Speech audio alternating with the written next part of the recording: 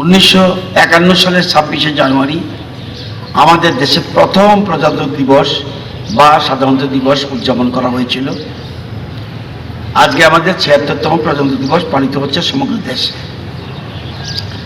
আমরা সবাই জানি 15 আগস্ট 1947 স্বাধীনতা দিবস, 26 নভেম্বর 1949 সংবিধান দিবস এবং 26 জানুয়ারি 1950 প্রজাতন্ত্র দিবস। এবারের আমাদের ৭৬তম প্রজাতন্ত্র দিবসের মূল থিম বা বিষয় রাখা হয়েছে স্বর্ণিম ভারত, বিরাসত और বিকাশ। ইংরেজিতে বলতে হয় golden India, heritage and development. অর্থাৎ আমাদের স্বপ্নের সোনালী ভারতবর্ষ শ্রেষ্ঠ ভারত হিসাবে গড়ে উঠবে আমাদের ঐতিহ্য, উত্তরাধিকার এবং বিকাশের নিরবচ্ছিন্ন প্রক্রিয়ার মাধ্যমে।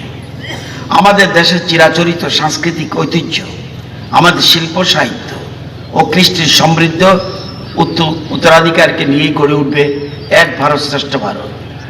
তারই সাথে সাথে ধারাবাহিক বিকাশের পথে দেশকে এগিয়ে নিয়ে যাওয়াই হবে আমাদের বলিষ্ঠ অঙ্গীকার। আমাদের দেশে পবিত্র সংবিধানের এই অঙ্গীকার লঙ্ঘিত হয়েছে অনেকবার।